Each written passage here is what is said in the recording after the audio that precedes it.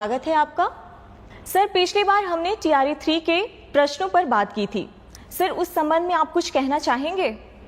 देखिए, मैंने पिछली बार कहा था कि हम लोग टीआरई 3 का पोस्टिंग हम लोग कर देंगे और ऑलमोस्ट बन गया है। कल सबसे पहले प्रथम 11 जिलों का हम लोग पोस्टिंग ऑर्डर निकालेंगे। मंडे को दूसरे 11 जिलों का निकालेंगे और ट्यूसडे को बाकी जिलों का निकालेंगे। और सभी जो भी टीचर्स जिनको स्कूल अलॉटेड है, ये आदेश उनको दिया जा रहा है कि वो 15 तारीख, इस महीने की 15 तारीख से पहले अपने अपने स्कूल ज्वाइन कर लेंगे और शैक्षणिक कार्य संचालन करेंगे। तो मैं चाहूँगा कि वो सभी जो टीचर्स हैं वो अपने अपने स्कूल्स ज्वाइन करें। और ये हो सकता है कि उसमें किसी को कोई समस्या हो, अपनी व्यक्तिगत समस्या हो, लेकिन क्योंकि नई बहाली है इसलिए सभी को अपने अपने फर्स्ट पोस्टिंग जिलों में ज्वाइन करना आवश्यक है और बाद में अपनी जो व्यक्तिगत समस्या है वे डीओ के माध्यम से राज्य मुख्यालय को भेज सकते हैं। तो मेरी सबको ये शुभकामनाएं हैं कि सभी लोग अपना ज्वाइन करेंगे। साथ ही साथ नेक्स्ट वीक हम लोग टीआरई 1 और टीआरई 2 के महिलाओं का स्थानांतरण जो दूरी के आधार पर है उसको टेकअप करेंगे। आपको ज्ञात होगा कि हम लोगों ने पिछले सप्ताह तक जितने भी विशेष समस्याएं हैं, बीमारी है, विकलांगता है, पति पत्नी है और उसके छूटे हुए मामले भी हम लोगों ने टेकअप कर लिए हैं। अब केवल बच गए हैं हमारे महिलाओं से संबंधित जो दूरी वाला है। तो टीआरई 1 और टीआरई 2 के भी हम लोग अगला सप्ताह टेकअप करेंगे और सभी को अपने अपने जो लॉगिन आईडी है ई शिक्षा कोष, उसमें जानकारी प्राप्त हो जाएगी। इसलिए इधर उधर जानकारी के लिए आप लोग भटके नहीं। आपको अपने ई शिक्षा कोष के लॉगिन में पहले तो एसएमएस जाएगा और एसएमएस जाएगा जिसके माध्यम से आप ई शिक्षा कोष के लॉगिन में अपना अपना स्थानांतरण जिला देख सकेंगे। दूसरा एक मैं जानकारी ये देना चाहूँगा कि परसों मुझे एक पत्र मिला था अपने डाक में। मैं यूजुअली सभी पत्र बड़े ध्यान से पढ़ता हूँ, बहुत सारे लोग मुझे पत्र लिखते हैं। मैं उस पत्र में बहुत सारे इश्यूज थे और विशेषकर जो टीचर्स की समस्याएं हैं उसके बारे में बड़ी लंबी चौड़ी पत्र थी। और ये एक बीपीएससी टीआरई 1 के जो शिक्षक हैं उन्होंने लिखा। मैंने 2-3 बार इस पत्र को पढ़ा और क्योंकि मैं इस कार्यक्रम के माध्यम से हम लोग शिक्षकों की, बच्चों की, स्टूडेंट्स की समस्याओं पर हम लोग प्रकाश डालते हैं। मैं चाहूँगा कि वो पत्र आप इस कार्यक्रम में पत्र है, थोड़ा इसको पढ़ा जाए इस पत्र को। जी सर। एक शिक्षक का शिक्षा विभाग के ACS doctor S Siddharth sir का नाम एक पत्र। आदरणीय एसीएस महोदय, अपर मुख्य सचिव शिक्षा विभाग, आपके द्वारा प्रत्येक शनिवार को एक यूट्यूब चैनल पर शिक्षा पर चर्चा नाम से एक कार्यक्रम आता है जिसमें आपके द्वारा बड़े ही प्रमुखता से छात्रों तथा शिक्षकों के द्वारा पूछे जाने वाले सवालों का आप जवाब देते हैं। मैंने भी कई दफे उसी चैनल पर कमेंट्स में जाकर अपने प्रश्न लिखे जिसे मैं विभाग के जिले स्तर पर एक व्यापक कमी के स्तर पर देखता हूं, जिस पर मैं आपका ध्यान इस पत्र के माध्यम से आकृष्ट करना चाहता हूं, क्योंकि मेरे वे प्रश्न आज तक उस चैनल पर नहीं पूछे गए हैं। मान्यवर, आपने शिक्षा विभाग में टेक्नोलॉजी का प्रयोग कर खासकर ई शिक्षा कोष जैसे ऐप लाकर एक क्रांतिकारी कदम उठाया है जिसे इतिहास आपके इस अनोखे नवाचार के लिए सदैव याद रखेगा। किंतु इन सबके बावजूद कुछ ऐसी कड़ियां हैं जिन पर शायद आपकी नजर नहीं गई हैं। मैं इस पत्र के माध्यम से कुछ निम्नवत बिंदुओं के माध्यम से शिक्षकों, जिसे आप सदैव से भविष्य निर्माता जैसे शब्दों से सुशोभित करते आए हैं, कि मन की वेदना को कहता हूं, हमने आपकी सदैव सुनी है, अब सुनने तथा इसके समाधान की बारी आपकी है। महाशय, आपने कुछ कर्तव्यहीन शिक्षकों को विद्यालय से बाहर रहने की गुप्त सूचना पर आपने उन पर उनके नैतिक दायित्वों का पालन सुनिश्चित करने हेतु हाजिरी दर्ज करने हेतु इस शिक्षा कोष जैसे ऐप लाए। आपके इस क्रांतिकारी निर्णय ने वास्तविक तौर शिक्षकों की पहुंच को विद्यालय से सुनिश्चित किया। इसके साथ ही साथ इस ऐप ने शिक्षकों का समय पर विद्यालय आना तथा समय के बाद विद्यालय से जाना सुनिश्चित किया, किंतु विभाग द्वारा जिलों को समय से शिक्षकों के वेतन तथा एरियर के भुगतान हेतु राशि भेजने के बावजूद शिक्षकों के वेतन का भुगतान समय से क्यों नहीं? शिक्षकों को समय से वेतन का भुगतान हुआ कि नहीं, इसकी निगरानी ई शिक्षा कोष ऐप से क्यों नहीं? विभागीय आदेश के बावजूद शिक्षकों के वेतन तथा बकाया राशि का भुगतान नहीं होने पर डीईओ तथा डीपीओ स्थापना का निलंबन क्यों नहीं? महाशय, आपने ई शिक्षा कोष ऐप को इतना व्यापक रूप प्रदान किया है कि जिसमें छात्र, शिक्षक तथा विद्यालय तीनों का समस्त डाटा संग्रहित है, जो शिक्षा के क्षेत्र में आपके इस क्रांतिकारी परिवर्तन का अद्वितीय पहल है।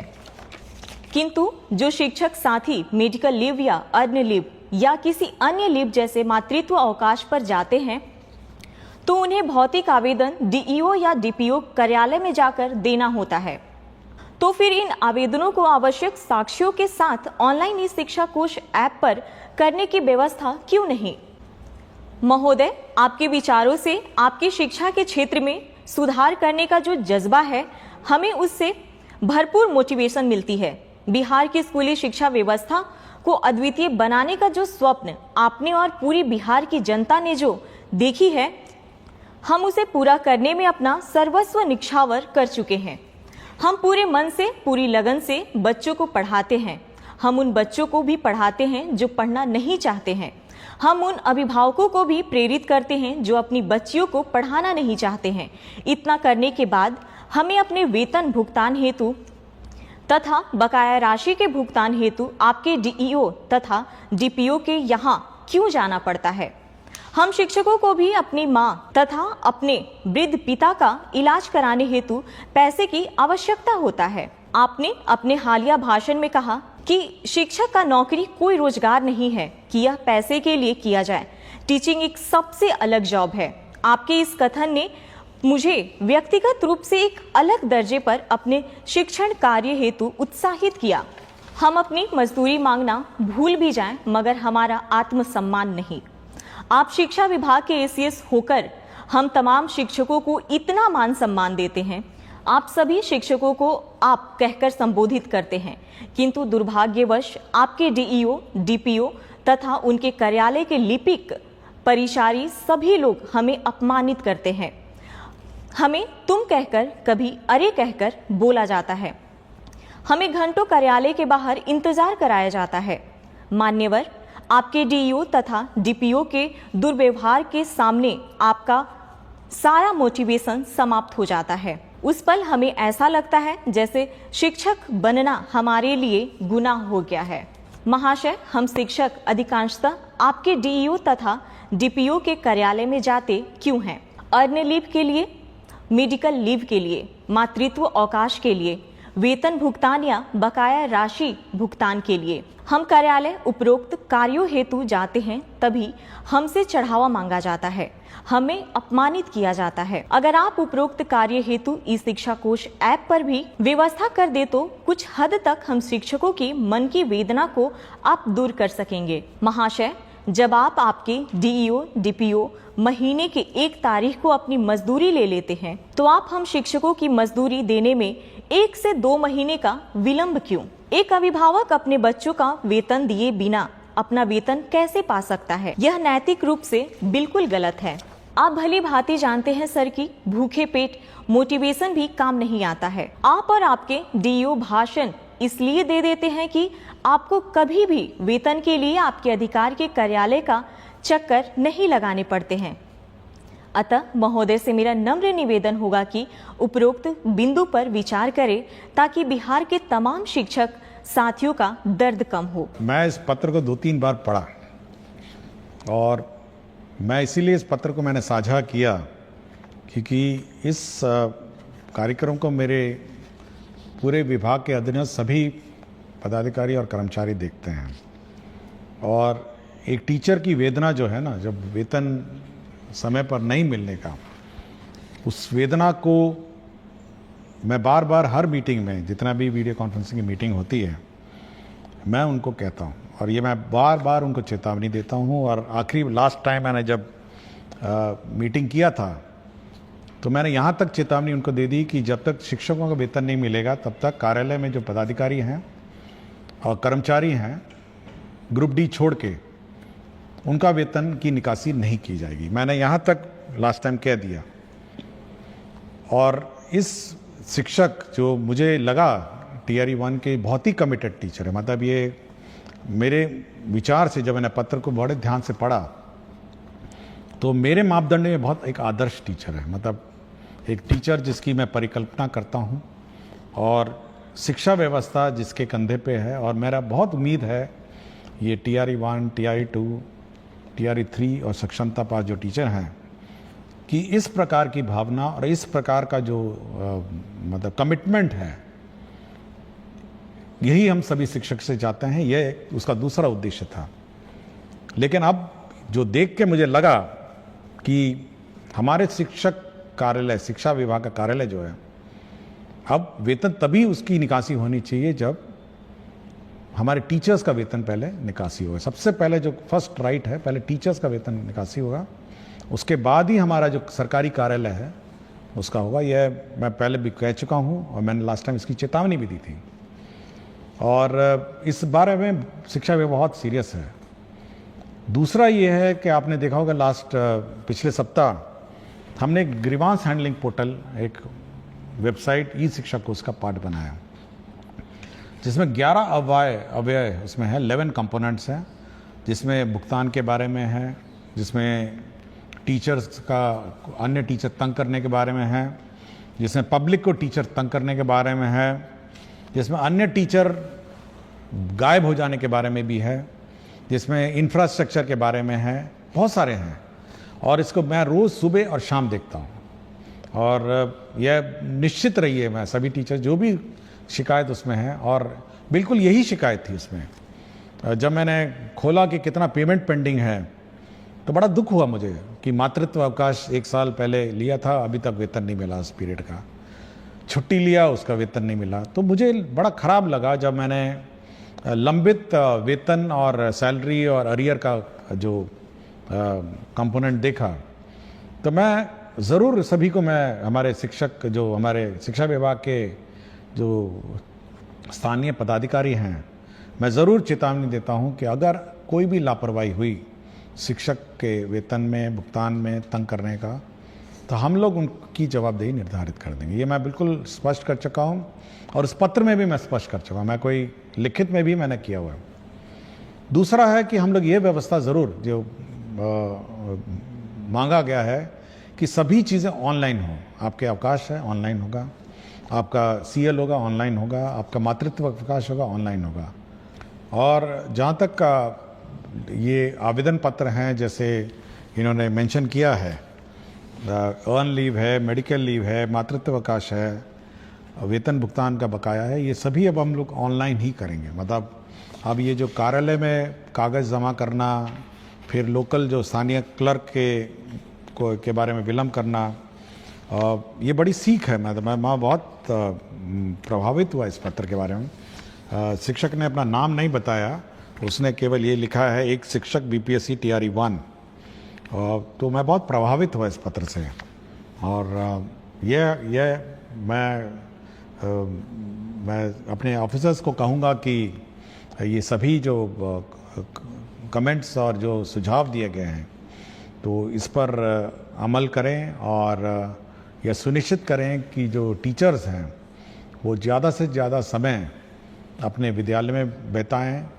और साथ ही साथ इस बार आपको याद होगा कि हम लोगों ने मध्याह्न भोजन में भी हम लोगों ने प्रधान अध्यापक को अलग करने का निर्णय लेते हुए लोगों ने पायलट प्रोजेक्ट मध्याह्न भोजन का चालू किया है। देखिए, हम लोगों का ये उद्देश्य रहा है कि जो प्रधान अध्यापक हैं उनका जो मूल कार्य है, उनका मूल कार्य स्कूल में क्या संचालन हो रहा है, टीचर्स आए हैं नहीं आए हैं, कोर्स जो है, जो सिलेबस है वो समय पे पढ़ाया जा रहा है नहीं जा रहा है, यह देखना है। साथ ही साथ बच्चों को किताबें मिल गई हैं, आपके जो रिपेयर्स हैं, छोटे मोटे रिपेयर्स हैं, नल है, बिजली का कनेक्शंस हैं, ये सब है, बहुत सारे बिल्स का भुगतान है। साथ ही साथ बच्चे स्कूल में आ रहे हैं, नहीं आ रहे हैं, स्थानीय स्तर पर पंचायतों से जीविका और सभी जो भी स्थानीय जनप्रतिनिधि हैं उनके साथ बैठक करना और एक स्कूल का समन्वय समाज के साथ जोड़ना, तो ये सभी काम बहुत बड़ा काम है ये सब। और यह देखा गया है और ये मेरा जो इंस्पेक्शन और फीडबैक से मिला है कि जो समय मिड डे मील में लगा उससे जो शैक्षणिक कार्य है ये प्रभावित हो गया है। और हम चाहेंगे कि जो प्रधान अध्यापक, जो टीम लीडर है, इसमें कोई जूनियर सीनियर की बात नहीं है, लेकिन एक डेजिग्नेटेड टीम लीडर के रूप में वो काम करे, एक टीम बिल्डिंग करे और साथ ही साथ जो सरकार का निर्देश है कि कैसे पढ़ाना है, स्कूल में गुणवत्तापूर्ण शिक्षा है, इसको सुनिश्चित करना है। अब जैसे हम देख रहे थे परसों, पिछले सप्ताह ही बात है, अब एक टीचर का आपने देखा होगा कि एक ही फ़ोटो पे 10 दिन अटेंडेंस लगा दिया। तो यह भी काम प्रधान अध्यापक का है कि जब वो टीचर आ नहीं रहा है और उसका अटेंडेंस लग रहा है तो ये चेक करके ये पता करना कि भाई अटेंडेंस लग कैसे रहा है। तो ये फर्जीवाड़ा जो अटेंडेंस का हुआ पिछले सप्ताह, जो एक मामला प्रकाश में आया, ये सब पर निगरानी रखना भी प्रधान अध्यापक का है। तो एज ए टीम लीडर जो प्रधान अध्यापक का है, उसका काम है कि स्कूल का संचालन सरकार के नियमानुसार चले और बच्चों की गुणवत्तापूर्ण शिक्षा उनको उपलब्ध हो। और साथ ही साथ समाज में पेरेंट्स हैं, पीटीए मीटिंग, बहुत काम है, इतना सारा काम उसको है, अगर मैं गिनवाने लग जाऊं तो 1 घंटा और लग जाएगा। तो बहुत सारा काम है जो प्रधान अध्यापक के जिम्मे हैं। कोर्स समय पर हो, परीक्षाएं समय पर हो, मंडे टेस्ट समय पर हो, वीकली टेस्ट समय पे हो, तो बहुत सारी चीज़ें हैं। होमवर्क टीचर्स दे रहे हैं, क्लास में वर्कबुक करेक्ट हो रहा है, तो ये सारा जो ये कार्यक्रम है ये प्रधान अध्यापक के जिम्मे है। और मैं, जिसने भी इतना लंबा पत्र बड़े हाथ से लिखा हुआ था, तो बहुत सुंदर हैंड राइटिंग थी। मैं हैंड राइटिंग देख के मैं एक बार रुका कि इतनी सुंदर लिखाई है, उसको देख के मैं बहुत ही प्रसन्न हुआ और मैं बैठ के मैंने इसको 3-4 बार पढ़ा।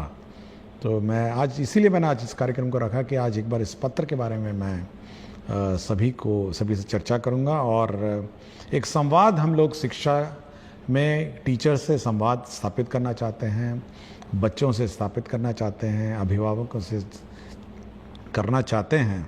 और इसी कड़ी में मैं इस पत्र को आज मैंने पढ़ा, नमन करता हूँ, मैं उनको धन्यवाद देता हूँ कि शिक्षा क्षेत्र में सुधार के लिए उन्होंने मुझे पत्र लिखा। बहुत बहुत धन्यवाद सर। अगले सप्ताह पुनः आपसे मुलाकात होगी। धन्यवाद।